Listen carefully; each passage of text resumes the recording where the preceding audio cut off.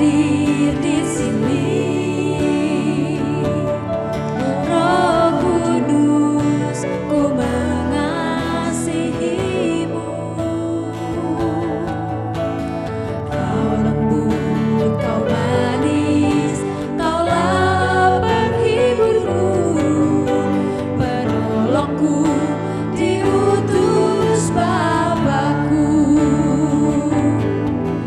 Ku buka hati untuk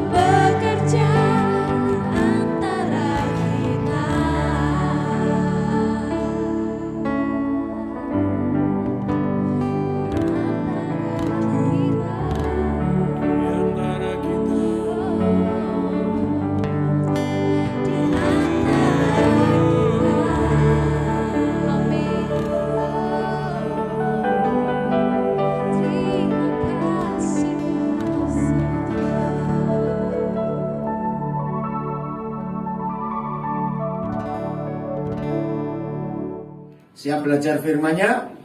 Terima kasih lagi sekali untuk semua hamba-hamba Tuhan dari Bali Praise Community Church yang boleh memberi kesempatan untuk saya hadir. Saya hanya kemarin dan hari ini di Bali karena nanti siang jam 3 ada pemberkatan nikah. Nah, ini anak saya dari Calgary, calon istrinya dari Toronto. Mereka belum punya gereja di Indonesia kan, baru tiba, tapi saya kenal mereka sudah lama sekali. Nah, kesempatan minggu pagi saya tanya siapa, ya sudah sahabat baik saya. Jangan bilang dulu muda, sekarang masih muda ya. Masih bisa main bola, berenang 5 kali bolak-balik. Oke, terima kasih lagi untuk waktu yang manis ini. Kita boleh belajar bersama-sama. Pak Yudi, puji Tuhan, perjuangannya luar biasa. Ya, Healing Room masih berlanjut terus. Nah, kalau saudara pernah dengar nama Healing Room, itu orangnya anti kotak. Baik. Ketika pujian terakhir tadi sebelum kita masuk firman, Gembala saudara memilih lagunya Pak Erastus Sabdono. Semua milikmu, oh selalu untukmu, Tuhan dan Rajaku. Terus itu. Nah, bukan yang milikmu aja. Terkepanjangan nyanyi. Coba ditayangkan di situ. Ayo Pak Peter bantu nyanyi dong.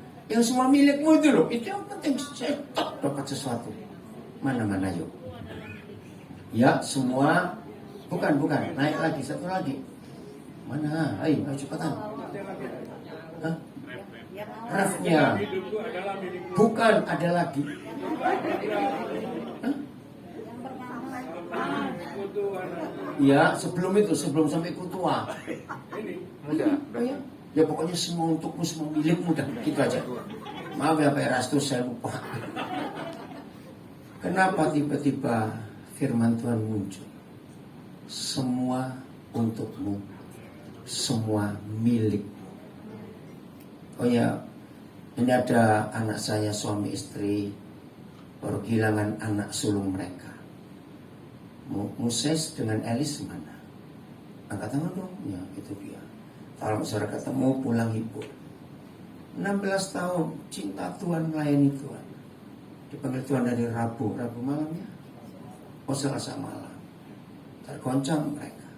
Pertanyaannya kenapa? Kenapa tuh gak lindungi? Hidup ini penuh rahasia. Betul? Nah, lagu ini membuat kita untuk sadar dan mau belajar. Semua milikmu. Loh, kok gak ada yang ngomong? Semua milikmu. Apa saja semua itu? Ada yang lupa. Gigi juga milikmu. Maka itu kita lahir ompong. Kalau ada bayi lahir giginya lengkap, bidanya pingsan. Betul. Kalau sudah tua mati juga ompong. Kalau ada mayat sudah tua pakai gigi lengkap, itu gigi palsu. Bayangkan, gigi saja pinjam. Coba ini pinjam. Betul? Loh, atau tidak saya tanya? Semua milikmu. Amin. Ini rahasia kemenangan. Saudara percaya enggak? Orang yang enggak doyan duit, setan enggak akan dekat-dekat. Enggak, amin sih. Telat lagi. Saya ulangi. Orang yang enggak doyan duit, tahu kata enggak doyan duit? Ayo jujur, susah atau mudah orang hidup enggak doyan duit? Nah itu sahabatnya setan. Itu orangnya ketahuan hari ini. Loh, mengapa saya berani berkata orang yang enggak doyan duit, setan enggak bisa dekat-dekat? Karena duit itu setan sendiri. Loh, betul tidak? Hanya Tuhan Yesus yang pernah berkata, uang itu mamon. Mamon itu dewa yang paling jahat di zaman itu. Nah, saya berhasil memasyarakatkan di banyak keluarga, banyak gereja. Jangan berkata uang mulai hari ini, berkatalah setan. Nah, sekarang ayo jujur, setanmu berapa ratus juta di ATM? Sekarang saudara bawa setan berapa ratus ribu? Loh, betul? mama-mama, papa-papa ajari anak-anak ngomong ini. Sehingga kalau mereka minta duit, minta setan 20.000. Banyak sekali. Ngerti? Masukkan kata setan itu adalah uang. Tadi pagi saudara, jam 6 masih di Jawa jam 5. WhatsApp saya bunyi, ini WhatsApp khusus untuk hamba-hamba Tuhan. Jadi kami punya grup untuk pendeta-pendeta, baik yang di Indonesia maupun luar negeri. Nah, pembahasan mereka tadi pagi, akhirnya saya terlibat. Tentang Verdi Sambo. Bukan tentang dia. Nah, karena orang tahu ini orang Kristen yang taat loh ke gereja. Suka memberi persembahan, catat itu. Nah, dalam diskusi itu, maka ada suatu tes. Dikatakan bahwa harusnya semua pendeta, calon hamba Tuhan, calon PNS, calon hakim, calon apa harus tes. Itu saya lupa. MMI itu singkatan apa? Ada yang tahu nggak itu? MMI saya nggak tahu singkatan. Waduh, diskusinya panjang lebar. Nah, saya kan harus siap-siap untuk kesini. Saya minta, Papa beri saya satu jawaban supaya diskusi ini segera stop. Langsung saya ingat. Cinta uang adalah. Nah, saya bilang kepada diskusi itu, tes nomor 1. Jangan pakai yang panjang-panjang, pusing. Satu aja yang dites pertama. Doyan duit nggak orang itu? Setuju? Doyan duit. Pendeta sekalipun kalau doyan duit, jawab sendirilah. Loh, betul? Kenapa? Maaf, jangan menuduh atau hanya ngomong tentang Verdi Sambo. Saya tanya jujur, kita bisa seperti dia nggak menggunakan uang? Nah, coba jenderal-jenderal, perwira-perwira, sudah 53 yang ketangkap dan sekian puluhnya itu perwira. Kok bisa mereka dibohongin? Jawabannya gampang. Karena FS ini merasa aman, uangnya banyak. Nah, sehingga bisa membungkam semua. Maaf ya, maaf.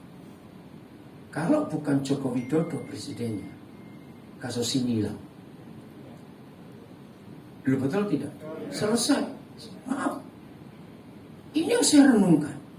Kalau bukan Joko Widodo, kasus ini nguap. Mengapa seorang presiden sampai 4 kali loh? Enggak 2 kali, 4 kali minta tuntas.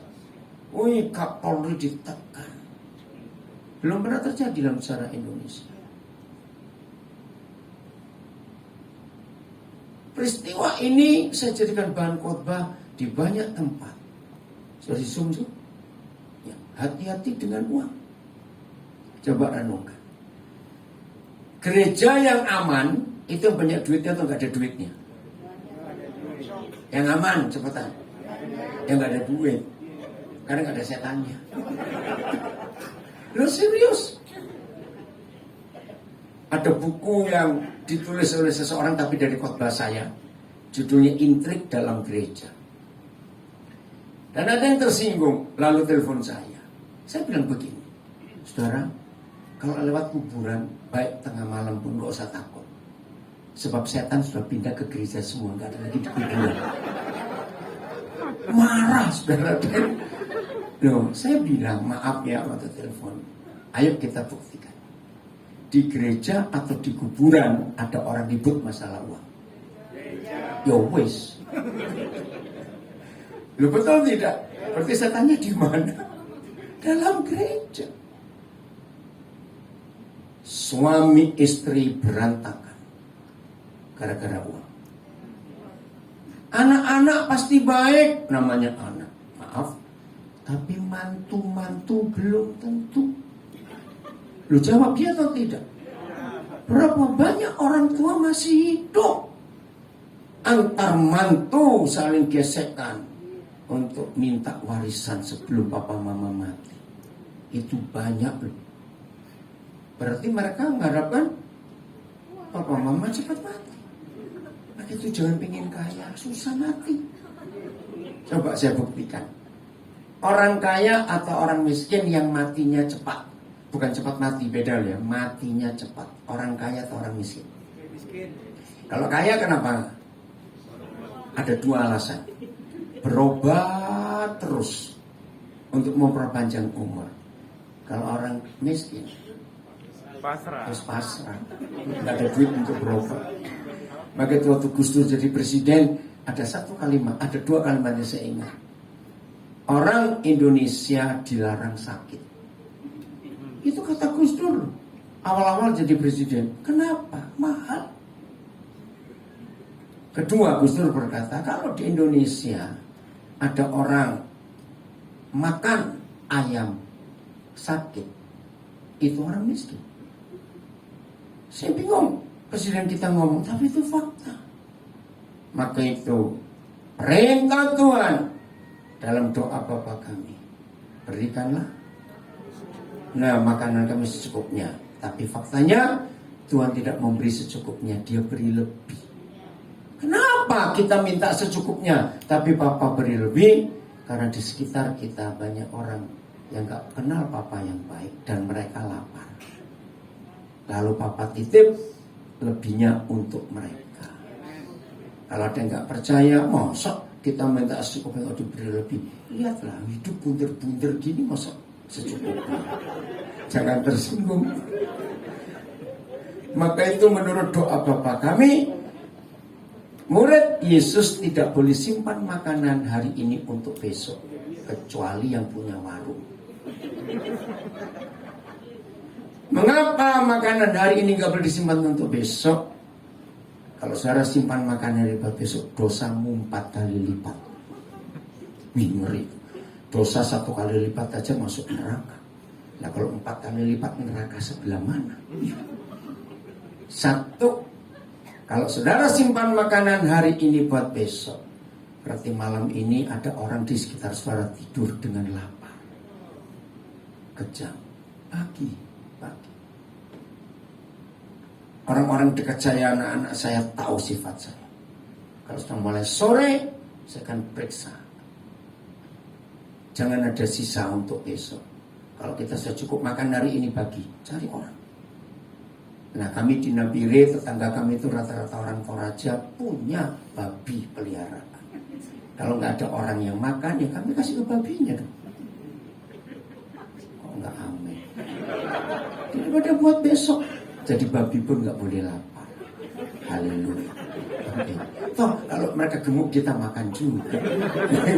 Menolong itu. Dosa kedua. Berarti besok ada penjual-penjual sayur, lombok, rica di pasar nggak laku. Karena sekarang nggak belanja. Lo kok nggak sadar? Lo betul tidak? Betul? Dosa ketiga. Makanan yang dipanasi itu nggak sehat. Lo kok nggak amin lagi? Maka itu orang pelit itu jahat. Orang pelit itu gak masuk surga. Ada 3 ayat di Alkitab. Tidak berzina, tidak membunuh, tidak dendam, tapi pelit tetap masuk neraka. Catat saja. Apa itu pelit? Gak mau berbagi. Jangan lagi untuk orang lain. Orang pelit itu untuk diri sendiri ngitung. Ayo jujur jawab, jangan tersinggung. Saya cuma ngomong. Yang sering ngumpulin kupon-kupon diskon itu orang kaya atau orang miskin? Saya cuma tanya, jangan tersinggung. Ayo jawab, yang sering ngumpulin kupon-kupon diskon itu orang kaya atau orang miskin? Nah ya kan keterlaluan, sudah kaya kok cari diskon. Maaf ya. Kalau ada yang gak suka, sabar dulu. Soalnya pasti akan panjang umur dengan firman yang gak enak ini. Setuju? Serius ini. Saya kadang-kadang mikir orang kaya itu kok ngapain sih?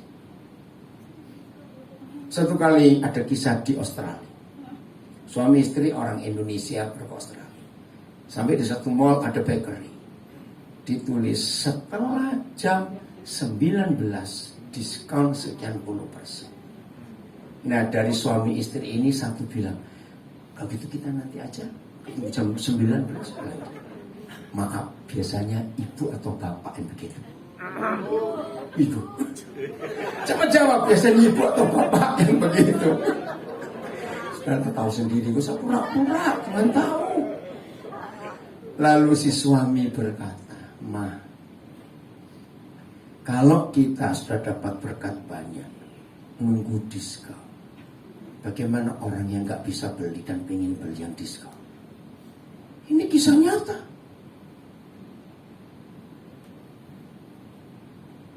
Saya lihat dulu wajahnya masing-masing.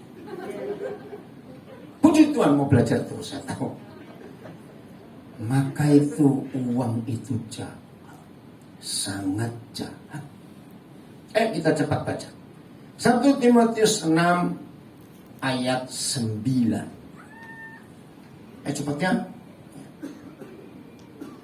Tetapi siapa? Mereka yang jadi kita tidak tahukan mereka. Gitu. Terjatuh 1 ke dalam pencobaan, 2 ke dalam jerat, 3 ke dalam berbagai nafsu yang hampa, 4 yang mencelakakan, 5 yang menenggelamkan manusia ke dalam peruntuhan kebinasaan. Tahun 70-an saya dapat rahasia ayat ini dahsyat. Dengarkan. Kapal itu perlu air enggak? Untuk apa? Lu ayo. Bukan, ya untuk jadi kapal gitu, susah bener. Nah, kapal yang nggak perlu air itu namanya hiasan. Kalau air itu uang, dengar pertanyaan saya. Ini Roh Kudus ajar saya tahun 70-an, maka itu sikap hidup saya sampai hari ini. Saya pakai ayat ini.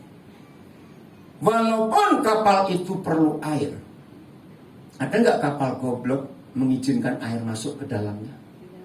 Tidak. Kalau ada? Ya, tenggelam. Ya tenggelam, bukan kapal lagi. Saudara dengar, kapal selam saja tidak akan izinkan air masuk ke dalamnya. Begitulah kita hidup. Nggak ada manusia hidup nggak butuh uang. Sombong orang itu dan munafik. Saya perlu uang untuk banyak yang saya kerjakan. Tapi saya tidak izinkan uang masuk ke hidup saya. Maka itu ada kata menenggelamkan. Catat itu. Tanya ini, 5 orang ini tadi baru tiba dari Nabire tadi malam 8:30. Nanti kalau ada waktu mereka belum kemana-mana, tanya apa yang Tuhan kerjakan dengan kami di Nabire. Itu perlu uang banyak. Waktu saya tiba di Nabire dengan istri 18 Agustus 1993, baru setahun kami menikah. Begitu tiba, kami nggak punya apa-apa, rumah belum ada, apa-apa nggak ada. Uang yang kami bawa cuma pas untuk tiket saja. Tapi sekarang saya nggak tahu aset yang Tuhan percayakan berapa puluh miliar. Tuhan baru berkati kami bangun asrama untuk anak-anak. Bantuan Jakarta Bridge Community Church 4,5 M. Kalian sempat lihat asrama baru? Nah, itu luar biasa. Guru-guru semua ada perumahan. Bayangkan 93 kami masuk nggak tahu apa-apa, nggak punya apa. Kami perlu uang. Tapi kami gak izinkan uang masuk ke hidup kami. Tolong renungkan ini.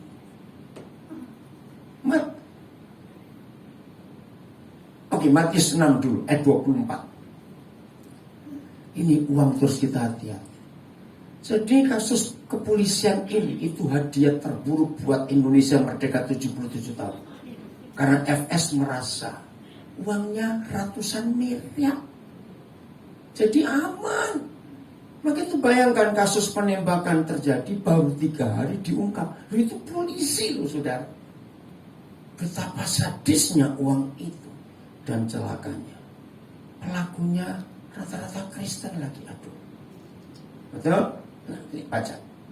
Tak seorang pun dapat mengabdi kepada 2 tuan. Seorang pun di sini siapa? Cepatan jawab. Kita. Karena jika demikian, ia akan membenci yang seorang. Nah ini Tuhan Yesus satu-satunya pribadi di dunia yang menyebut. Nah saya tanya, seorang yang pertama jelas kita, tapi seorang yang kedua ini siapa? Ayo cepetan, waktu bisa dikejar orang. Seorang yang kedua ini siapa? Karena jika demikian yang akan membenci yang seorang. Nah ini seorang ini siapa? Ini penting harus tahu. Enggak usah ragu-ragu, cepat. Uang. Yang lain jawab, yang belakang saya nggak dengar. Siapa seorang di sini? Tuhan. Iya, betul itu. Tuhan dan uang. Saudara lagi sekali. Tuhan Yesus tidak pernah menyebut uang itu benda. Tapi uang itu seorang bagi Tuhan Yesus. Saya kaget. Money is not a thing, but a person. Catat. Kalau Tuhan Yesus berkata yang seorang, betul yang jawab di belakang. Tuhan dan uang. Karena akhirnya kan dua Tuhan itu. Dan huruf besar. Tuhan dan Mamon, kalimat terakhir. Berarti kalau uang itu pribadi, mereka punya nyawa nggak? Lu jawab. Kalau mereka punya nyawa, berarti mereka punya kuasa. Power. Terima kasih. 100% kerusakan kehidupan gara-gara seorang yang disembah sebagai Tuhan ternyata bukan Tuhan tapi uang. 100% penyebab rusaknya gereja juga karena uang. Rusaknya hubungan satu dengan yang lain, rusaknya persaudaraan kandung karena uang. Saudara perhatikan. Gara-gara ayat ini saya punya prinsip. Uang itu selama masih di dompet, dia hamba yang setia. Tapi begitu uang pindah ke hati, dia tuan yang jahat. Setuju kalimat ini? Renungkan. Ia akan membenci yang seorang. Entah Yesus atau uang, kita yang milih. Dan mengasihi yang lain. Mengasihi Yesus atau uang. Atau kebalikannya, ia akan setia kepada yang seorang, uang atau Yesus. Dan tidak mengindahkan yang lain. Pilih. Kamu tidak dapat mengabdi kepada Tuhan dan kepada Mamon. Jelas sekali. Mikir ya, ini serius. Kemarin malam dalam perjalanan kami pulang dari Petidengan ke Kuda, saya diantara anak saya, nah salah satu anak saya itu cerita tentang Pulau Komodo. Aduh, 5 tahun yang lalu saya ke sana, baru balik lagi. Berapa minggu yang lalu berubah. Saya tanya berubah karena apa? Semua hanya karena gara-gara uang. Jadi Komodo dibuat selfie banyak sekali. Dan mereka ditarik dari habitatnya dengan pancingan daging. Sedih sekali. Bisa punah itu karena kasih makan terus. Habitatnya jadi rusak. Pemandu wisatanya pun nggak ngerti seluk beluk Komodo. Pokoknya bisa bahasa Inggris, bisa bahasa apa, ngantar turis dapat duit. Menyedihkan sekali. Uang itu jahat juga. Roma 11:35. Di multimedia ada yang terjemahan TSI enggak? Terjemahan sederhana Indonesia. Enggak ada. Ini coba saudara cari yang punya Alkitab. TSI enggak ada. Bisa enggak langsung di-download aplikasi Sabda? Bisa di laptop? Ada internet? Nah, saudara tolong miliki aplikasi Sabda. Aplikasi Sabda itu aplikasi terbaik untuk Alkitab di Indonesia sekarang. Di dalam aplikasi itu ada ratusan terjemahan, mungkin 200, 300. Untuk bahasa Indonesia saja di Sabda itu kira-kira ada 11 terjemahan. Lalu bahasa-bahasa suku, bahasa Jawa ada 4 terjemahan berbeda. Wih, keren sekali. Sabda. Di situ ada banyak terjemahan. Bahasa Inggris macam-macam. Bahkan bahasa-bahasa kuno ada. sabda di sabda. Ya, ayo baca sama-sama dulu terjemahan baru. 1, 2, 3. Atau ayo ulangi serentak, saya nggak mau. Mana suaranya? 1, 2, 3. Atau siapakah yang pernah memberikan sesuatu kepadanya sehingga Tuhan harus apa? Nah, maaf ya. Pendeta-pendeta yang mata duitan, yang khotbahnya perpuluhan mulu, duit melulu, pasti nggak pernah baca ayat ini. Nah, kalau ada yang tersinggung, ya itu orangnya gitu aja. Saya nggak pernah repot. Kalau saudara pendeta tahu ayat ini, nggak usah tersinggung. Ngerti nggak arti firman ini? Loh, saya tanya ngerti nggak? Jadi artinya Tuhan bisa disuap nggak? Tuhan bisa dipaksa untuk mengembalikan yang kita pernah beri, tidak? Ya sudah. Jangan membuat Tuhan jadi debt collector. Ngerti maksud saya? Tidak sedikit gereja khotbah, Tuhan debt collector. Kembalikan perpuluhan. Maka itu kamu kecelakaan, maka itu anakmu sakit, maka itu usahamu bangkrut karena kamu tidak memberi perpuluhan. Pernah dengar khotbah seperti itu? Cepat keluar dari situ sebelum sudah ikut mati bersama pendetanya yang mata duitan. Mulai hari ini jangan iming-iming Tuhan dengan uang kita supaya dia membalas kita. Ada terjemahan lain? Apa? Coba tayangkan. Kalau TSI bagus. Yongki bisa cari TSI nggak di situ atasnya? Oh, Pak, itu mikrofonnya. Bisa tolong Pak Wahyudi? Sini atau sini Pak, saya bacakan. Ini sama TSI itu luar biasa, saudara. Makasih. Ya. Siapa yang pernah meminjamkan sesuatu kepada Tuhan sehingga Tuhan wajib membayarnya? Bayangkan. Makasih. Tolong. Oh, sudah ada di sini. Nah, katanya nggak ada tadi, gimana sih kamu? Oh, masih kamu. Oh, baru ketemu. Oh, ya udah. Oke ya, TSI terus. Maka itu yang masih terkontaminasi dan teracuni dengan banyak khotbah yang salah. Beri, saudara beri, nanti saudara diberi. Itu jahat. Itu menyebabkan Tuhan punya gambaran kepada kita. Tuhan itu mata duitannya, duit melulu yang diurus. Coba lo para pengusaha, Senin, Selasa, Rabu, Kamis, Jumat, Sabtu, seurusan duit. Minggu mau istirahat, duduk di gereja dengar duit lagi. Enggak stres itu. Setuju saya ngomong ini? Nah, yang ikut rekamannya, ikut live streamingnya, sampaikan kepada pendeta-pendeta. Jangan ngomong duit terus. Saudara cari di Google, kaget Google, tahu Mbak Google itu? Klik perpuluhan.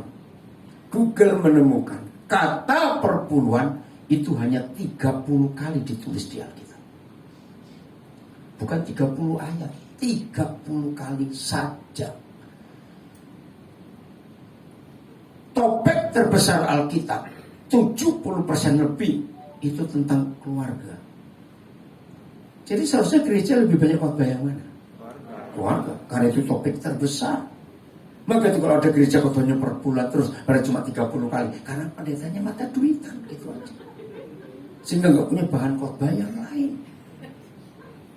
Kasus Ferdy Sambo ini pelajaran buat kita. Jangan main-main dengan uang. 1 Timotius 6 ayat 5. Vincent di layar TSI. Semua kita Alkitab yang saudara bawa yang terjemahan baru.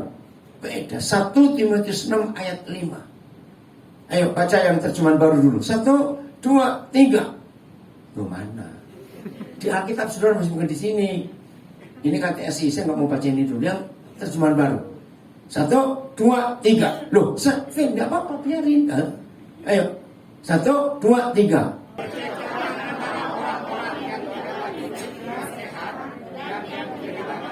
Stop. Apa kata lain tidak berpikiran sehat? Gila. Ternyata banyak orang gila dalam gereja. Orang-orang yang tidak berpikiran sehat dan yang kehilangan kebenaran. Nah, yang mengira ada apa? Bahwa ibadah itu adalah sumber keuntungan. Dan ternyata betul. Semua agama di dunia itu paling gampang bodohin orang dengan uang atas nama Tuhan. Loh, betul tidak? Lihat kasus-kasus yang terakhir terjadi, penipuan-penipuan karena agama, karena Tuhan. Lihat 3 minggu lalu di Garut, Gempar, ada pengkhotbah menawarkan beri 25.000 bisa masuk surga. Loh, kok ada mak-mak percaya? 25.000. Loh, kok lebih murah dari nasi bungkus surga itu? Penipuan uang lewat agama paling gampang. Maka di Indonesia banyak yang bodoh karena ditipu dengan agama. Tapi puji Tuhan, Jokowi luar biasa. Pokoknya kalau bukan Jokowi, ojo dibandingin. Keren. Saya suka si Farel itu.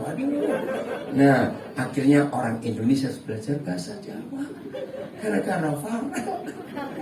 Lucuan itu goyangnya juga. Aduh, betul nggak? Belum pernah terjadi. TSI, lihat. Baca yang kuat TSI-nya. 1, 2, 3. Orang-orang semacam itu selalu menimbulkan pertengkaran tentang hal-hal yang tidak penting. Pikiran mereka sudah menjadi kacau, sehingga mereka tidak mampu lagi membedakan yang salah dan yang benar. Dan mereka berpikir bahwa menuruti beberapa peraturan agama tertentu adalah kunci supaya Tuhan memberkati mereka dengan kekayaan. Kurang ajar enggak? Oh, ada kata menjauhlah dari mereka loh. Oh, enggak ada di situ. Oke, enggak apa-apa. Maaf saya tanya. Apa? Oh, ini yang keberapa? Yang kedua, yang pertama, Vin. Wah, terima kasih Pak Gembala, Pak Wahyudi. Nah, versi yang pertama, kalimat terakhirnya sadis. Ada, Vin? Menjauhlah dari orang-orang seperti itu. Nah, menjauhlah dari orang-orang seperti itu. Sekarang, kasus Verdi Sambo. Banyak nggak pengusaha-pengusaha ketakutan? Wih, saya mengikuti berita itu, sadis sekali. Jaringannya. Wih, Tuhan nggak mau tinggal diam. Tuhan sayang Indonesia. Tuhan pasti akan bela. Nah, inilah fakta. Jangan ngomong uang bersamaan dengan ngomong Tuhan, karena mereka dua bermusuhan. Kalau mau ngomong uang, jangan libatkan Tuhan. Kalau mau bicara tentang Tuhan, jangan libatkan uang. Kalimat ini penting untuk kita miliki dalam hidup. Rusak. Nah, diskusi tadi pagi saya sebutkan satu ayat. Kaget semua mereka. Ternyata walaupun mereka hamba-hamba Tuhan, tapi banyak yang nggak tahu ayat ini. Yohanes 13 ayat 31. Yohanes 13 ayat 31. Maka itu hati-hati dengan si kunyuk satu ini. Ya, saya bilang dia kunyuk itu. Tiap kali mendengar kata Yudas, saudara mikir apa? Uang. Pengkhianat. Ya pengkhianatnya nggak karena uang, karena dia ingin dapat uang. Gitu. Oke? Setelah Yudas pergi, ini sadis. Berkatalah Yesus. Apa yang dia katakan? Nah, intonasi salah. Sekarang! Karena dia menunggu lama sekali. Sampai si mata duitan ini pergi. Setelah dia pergi, ayo baca. Setelah Yudas pergi, Anak Manusia dipermuliakan dan Tuhan dipermuliakan di dalam dia. Pertanyaannya, berarti selama ada Yudas bisa dipermuliakan enggak? Tidak. Jangan main-main dengan uang. Ayat 32. Nanti TSI-nya ya, Vin.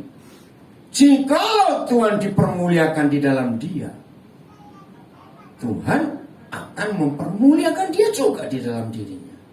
Dan akan mempermuliakan dia dengan segera. Berarti Papa di surga pun nunggu siapa? Segera itu. Berarti Papa di surga pun nunggu siapa? Yudas pergi. Dan hebatnya Tuhan Yesus nggak diusir. Oh nggak, amin. Padahal logikanya jadi duri nggak sama ada Yudas. Tapi dia nggak mengusir. Catat itu baik-baik. Maka itu orang yang mata duitan lebih setan daripada setannya sendiri. Loh serius, catat itu. Saya kaget menemukan kalimat ini Tuhan ngomong. Maka itu sampai membunuh bisa pakai cara yang licik sekali. Betul? Wih, bisa skenario-nya. Aduh, sadis pokoknya. TSI-nya ayat 31. Ya. Baca 1, 2, 3. Sesudah Yudas keluar, Yesus berkata kepada kami, sekarang sudah waktunya untuk aku, anak manusia, dimuliakan. Dan Tuhan dimuliakan melalui apa yang terjadi atas diriku. Tunggu Yudas pergi keluar. Jadi, bagaimanapun hebatnya sebuah gereja, bisa hebat tanpa Yesus dan Roh Kudus kalau uangnya banyak di gereja itu. Kalimat ini betul atau salah? Serius. Maka itu kalau seorang melihat gereja-gereja, wah, dengan semuanya, belum tentu ada Yesus. Uang pun punya kekuatan yang sama seperti Tuhan Yesus. Baca Wahyu 3 gereja Laodikia ayat 32, Fen. TSI-nya ayat 32. Oleh karena aku akan mempermuliakan Tuhan, maka Tuhan juga akan memuliakan aku. Dan dia, Tuhan, akan segera melakukan hal itu. Berarti Papa dan Yesus itu terganjal dengan Yudas selama 3,5 tahun itu. Tapi dia nggak mengusir. Tunggu waktunya. Ingat, kapal sangat perlu air. Tapi kapal tidak boleh memasukkan air ke dalam dirinya. Ingat kalimat ini. Tenggelam dia. Kita perlu uang. Ini kedahsyatan Tuhan. Matius 28. Mulai ayat 11. Matius 28 mulai ayat 11. Judulnya apa? Di Alkitab Saudara di layar nggak ada judul. Dusta Mahkamah Agama. Kalau dalam gereja ini ketua-ketua sinode, hamba-hamba Tuhan hebat. Di dalam agama apa saja punya tokoh-tokoh. Dan lihat kasus-kasus penipuan keuangan. Betul, investasi bodong atas nama agama. Pelakunya itu pengkhotbah hebat. Catat itu. Ketika mereka di tengah jalan, mereka ini para imam, datanglah beberapa orang dari penjaga itu ke kota dan memberitahukan segala yang terjadi itu kepada imam-imam kepala, tokoh-tokoh agama tingkat tinggi. Ayat 12. Dan sesudah berunding dengan tua-tua, nah ini bawaannya lagi, mereka mengambil apa? Keputusan. Lalu baca yang kuat. Lalu memberikan sejumlah besar uang itu kepada serdadu-serdadu itu. Ngeri. Ternyata money politik sudah terjadi ribuan tahun yang lalu.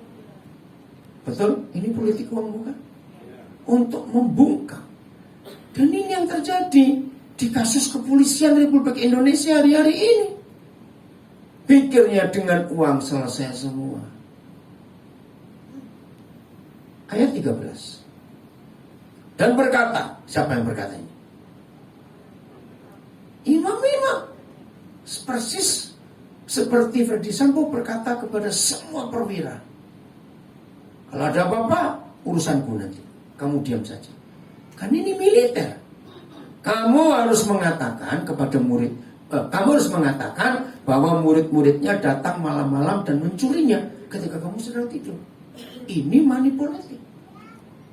Nah, kalimat ayat 14 ini yang dilakukan oleh Ferdy Sambo kepada semua jajarannya yang tingkat tinggi itu. Dan apabila hal itu kedengaran oleh wali negeri, ini Herodes, kami akan berbicara dengan dia. Dengan apa bicaranya? Uanglah. Sehingga kamu tidak perlu kesulitan apa-apa. Ini dilakukan Ferdy Sambo persis. Saya percaya ketika mereka disuruh untuk membuat skenario bahwa ini penembakan, duit yang bicara, kamu diam aja. Maka itu saya katakan tadi, kalau wali negeri kita bukan Jokowi menguap kasus itu, betul tidak? Karena wali negeri kita nggak mata duitan. Ketika Presiden Jokowi dengan ibu negara ke Ukraina dan Soviet Rusia, dunia gempar. Yang dikatakan pelongo-pelongo krempeng berani masuk ke medan perang. Maka itu pembicaraannya, lu kan lebih banyak yang lebih hebat dari Jokowi sebagai kepala negara. Kok nggak ada yang berunding? Banyak orang yang tanya, saya punya jawaban. Jokowi ini presiden yang nggak punya musuh. Betul tidak? Dihujat, dihina, difitnah, dijelek-jelekan, dikata-katai, nggak balas. Lain dengan yang sebelumnya, langsung curhat di sosial media, minta perhatian. Gak usah tanya siapa, ngerti sendiri. Orang yang masih punya musuh nggak berani mendamaikan, batinnya tertuduh. Jokowi nggak punya musuh, maka itu berani. Ternyata Jokowi itu menggenapi Matius 5 ayat 9. Berbahagialah kamu kalau kamu nggak punya musuh, sebab kamu akan disebut anak-anak Tuhan. Hanya satu ayat ini yang memberitahu kita kapan, mengapa, kok bisa kita disebut anak-anak Tuhan. Disebut anak Tuhan bukan karena sudah dibaptis, hafal ayat Alkitab, suka doa pagi, doa puasa. Tidak. Ini satu-satunya ayat dalam seluruh Alkitab yang mengatakan disebut anak-anak Tuhan karena kita nggak punya musuh. Maka itu kalau saudara masih punya musuh, bertobat. Cuma ada satu di antara dua. Kalau nggak anak Tuhan, anak setan kita sebut. Maka itu kalau ada yang berkata gini, Pak Peter, saya tuh nggak punya musuh, cuma ada orang saya tuh malas ketemu. Bodoh, goblok. Itu baik-baik. Nggak punya musuh kok malas ketemu. Awas. Setuju? Ayo periksa. Firman Tuhan itu luar biasa. Maka itu seharusnya kita belajar dari Jokowi. Ini orang yang hebat. Saya percaya kok periode ketiga akan dilanjutkan terus dengan cara Tuhan. Udah gak usah ngajari Tuhan, biar. Serius bukan? Aduh, Farel saya jadikan tanda. Ini sebuah tanda. Ojo dibanding. Keren betul. Padahal lagu itu kan untuk orang yang patah hati, ditinggal pacarnya. Aku ojo dibanding-banding. Ternyata nggak tahu yang ganti itu siapa. Keren betul. Lucu ya kalau lihat Farel, saya nggak bisa dari saudaranya dia, karena memang saya sangat kecil. Terus gayanya itu saya nggak bisa dirukan. Betul ya. Orang Amerika ikut dia, awas nggak ngikut. Ayo kembali ke Matius 28. Oke, ayat berapa tadi ya? Saya lupa. 15, 14. Nah, oke, sudah ayat 15 sekarang. Mereka menerima uang itu dan berbuat seperti yang dipesankan kepada mereka. Aduh, kasihan Eliezer. Betul? Nah, saudara tahu pengacara terakhir itu anak saya, Roni Talapes. Dia itu anak yatim piatu yang saya temukan di Manokwari waktu dia kelas 2 SMP. Dia nggak tahu mau jadi apa. Karena biaya sekolah pun waktu itu bingung. Akhirnya saya biayai sampai kelas 3 SMP lulus. Lalu omanya masih ada di Manado, papanya Talapesi, mamanya Karundeng. Nah, akhirnya saya pindahkan dia ke Manado supaya ada keluarga. Lulus SMA. Sebelum lulus SMA saya tanya, "Nak, kamu ambil kuliah apa?" "Pak, saya tetap akan ngambil hukum." "Wih, kenapa?" saya tanya. "Karena saya ingin membela hak orang miskin." Akhirnya dia kuliah, saya kuliahkan dia di Atmajaya S1, S2 dia lulus di UGM. Ketika dia dilantik jadi pengacara, saya cuma pesan satu. Saya punya 4 anak pengacara, dan 4 saya pesan satu. Papa tidak izinkan kalian ngurus perceraian. Kalian berani ngurus perceraian, Papa nggak akui kamu sebagai anak. Karena pengacara itu kaya kalau ada orang cerai. Kalau ada di sini bertobat kamu. Menceraikan orang itu gampang, pasti berhasil kok. Bayarannya tinggi lagi. Mengapa keluarga Eliezer memilih anak saya ini? Karena begitu lulus jadi pengacara, dia langsung daftarkan diri. Saya ngerti istilah hukum, dia menjadi pengacara pro bono, artinya gratis. Nah, nama dia mencuat pertama kali kasus Aryani, gadis yang naik mobil pagi-pagi pulang dugem, mabok, nabrak di Monas. Nah, korbannya kan keluarga miskin semua. Nah, nama dia mencuat dari kasus itu. Dia bela. Dan kasus Aryani itu ada perubahan hukum di Indonesia. Hukum Belanda bisa dirubah oleh anak ini. Yang selama ini undang-undang kecelakaan lalu lintas, orang mati itu cuma kecelakaan. Tapi anak saya berhasil merubah itu pembunuhan. Keren nggak anak ini bisa merubah hukum seperti itu? Nah, kasus kedua muncul ketika Ahok dituduh ada sekian puluh pengacara dan mereka pilih pengacara termuda ya Roni Talapesi. Sekarang dia sedang berjuang untuk Baradae. Saya telepon dia beberapa yang lalu. Kemungkinan Pak dia bisa bebas karena dia prajurit rendah, diperintah jenderal, melanggar, menolak, kena sanksi. Hebat. Maka itu saudara, jangan main-main dengan uang dalam nama Yesus. Amin. Dan baca ini yang keren. Saya ngaku ini keren loh. Dan ayo, itu loh dan cerita apa? Cerita apa dulu? Ya, saya tahu itu ini Pak. Saya tahu apa yang saya tanya kok ini lagi. Iya, berita bohong manipolitik itu tersiar di antara orang Yahudi sampai kalau ada besok sampai besok. Ada 10 tahun lagi. Nah, yang pernah ke Israel setuju aja. Sampai hari ini orang Yahudi tetap percaya Yesus nggak bangkit. Dicuri mayatnya malam-malam. Sampai hari ini. Begini cara ngitung. Saya pakai rumus matematika. Ya. Kalau AB itu sama dengan 3. CD juga sama dengan 3. Jadi AB dengan CD lo matematika sama. Dengarkan. Di perjanjian lama banyak tertulis mujizat-mujizat yang Yahweh Tuhan kerjakan. Selalu ada akhiran dan hal ini ada sampai hari ini. Loh, betul nggak? Saya tanya ini serius loh. Betul? Ayo kita bandingkan.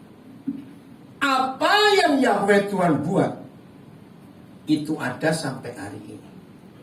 Ternyata yang uang buat juga ada sampai hari ini. Loh, jawab. Ini saya kaget. Wih. Maka itu tidak salah kalau Tuhan Yesus berkata Matius 6:24. Seorang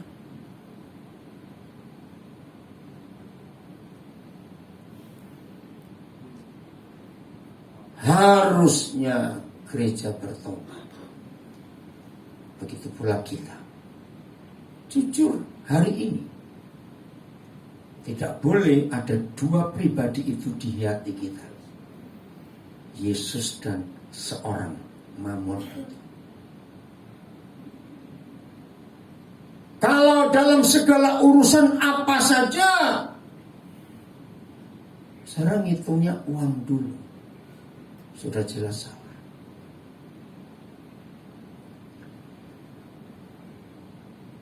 Kita buka satu lagi. Yohanes 1 ayat 1. Nah, ini pola saya hidup yang saya ajarkan ke banyak orang. Kalimat pertama aja baca. 1, 2, 3.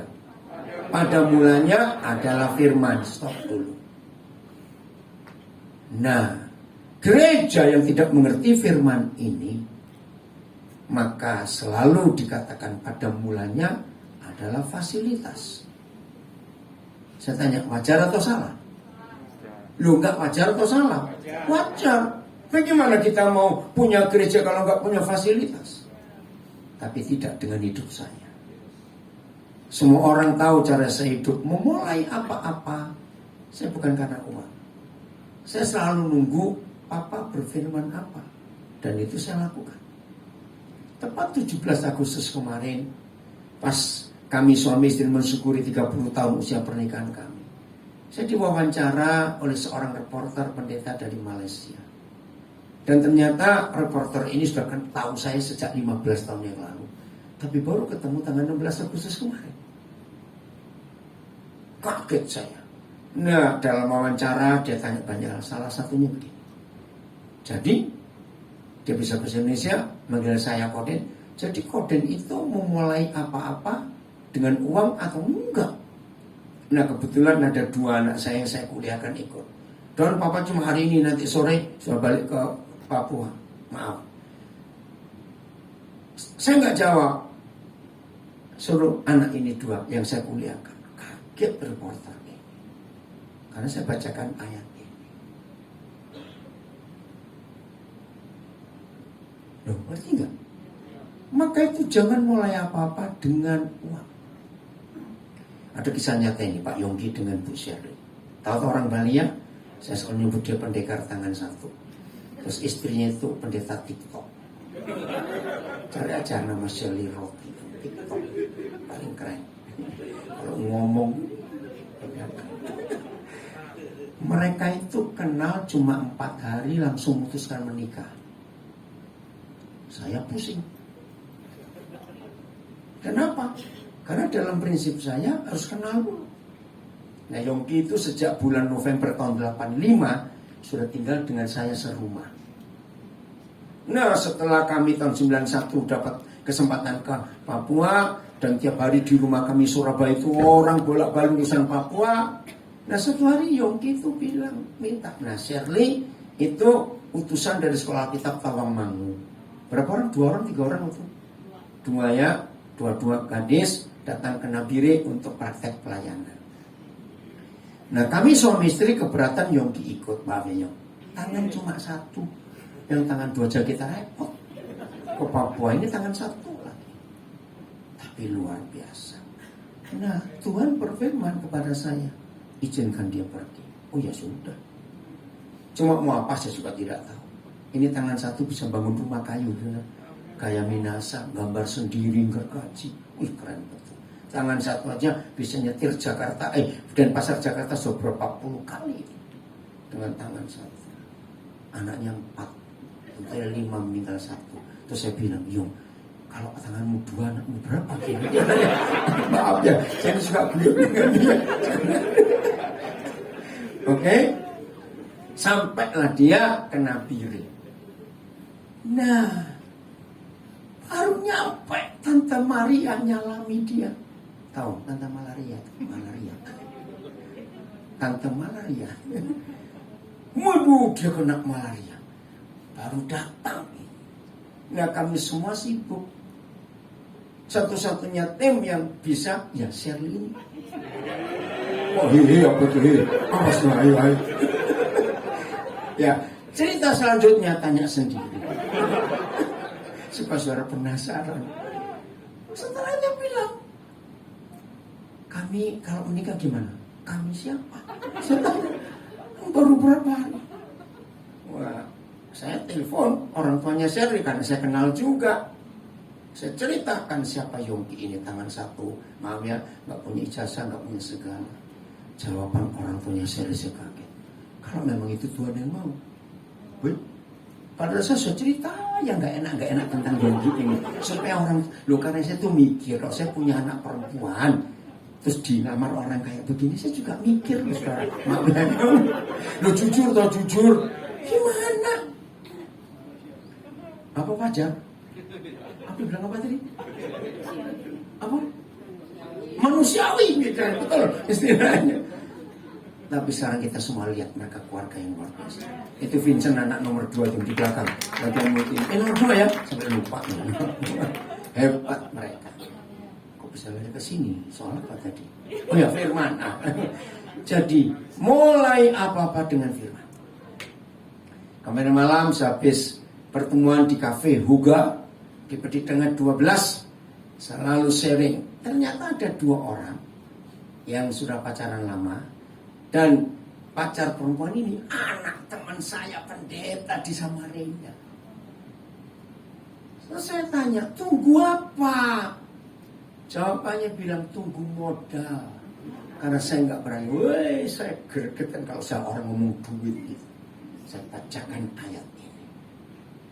Kalau kamu mulai rumah tangga dengan uang, berarti kami mulai dengan setan. Lu kok nggak amin? Mulai apa-apa dengan firman. Tuhan bicara apa? Setuju? Maka itu kalau ada di antara saudara masih kesulitan dalam banyak hal, nggak usah nambahin modal, nggak usah tambah ini tambah itu. Duduk diam, tunggu firmannya apa untuk saudara. Karena firman ini segala-galanya. Lihat ayat 3 Yohanes 1. Pokoknya siapa yang menghadapi kesulitan, lari kepada firman ini. Berapa hal? Loh baca itu. Berapa hal saya tanya? Loh, berapa hal? Baca tuh susahnya. Yang belakang mana suaranya? Berapa hal? Berapa segala sesuatu itu? Bukan banyak, salah. Semua dijadikan oleh, nah dia itu firman. Segala sesuatu. Saya sangat radikal terhadap firman ini. Saya ulangi lagi. Apapun kesulitan, tantangan, tekanan yang saudara hadapi, jangan lari cari utangan, cari modal. Jangan duduk. Nantikan firman-Nya. Tuhan bicara apa kepadaku. Ini mutlak. Dan tanpa siapa? Bukan. Firman kok lupa lagi. Tanpa firman tidak ada suatu pun yang telah jadi dari segala yang telah dijadikan. Firman. Kisah Rasul 13 ayat 22. Ini harus kita nantikan. Kisah Rasul 13 ayat 22. Roh Kudus, kami mau bertobat hari.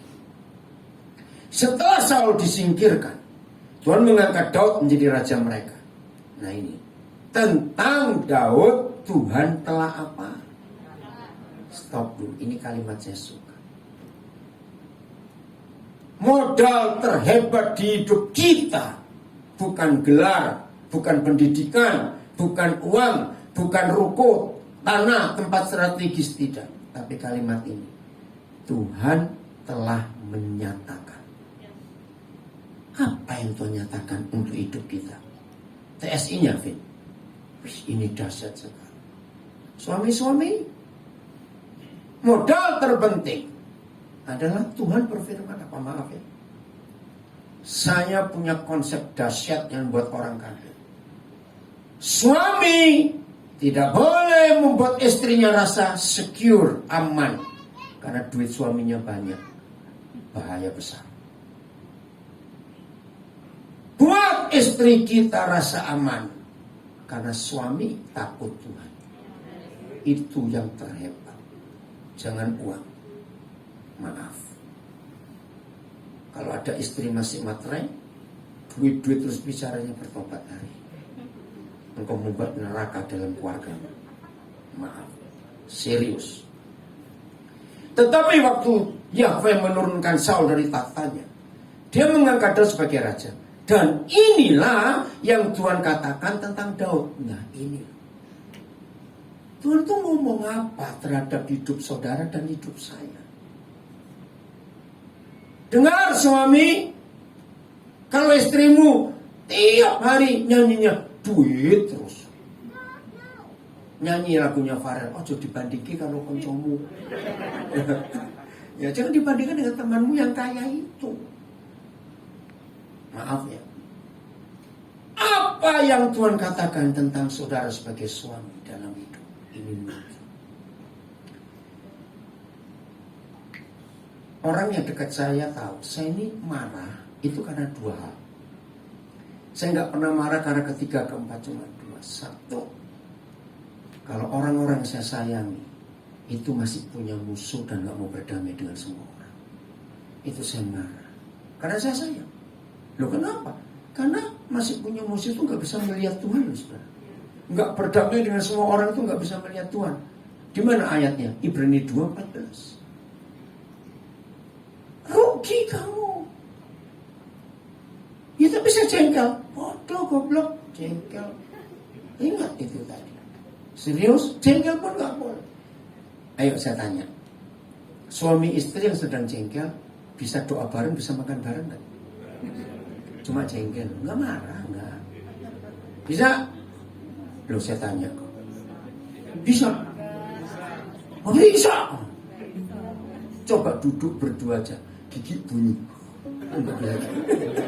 Maaf.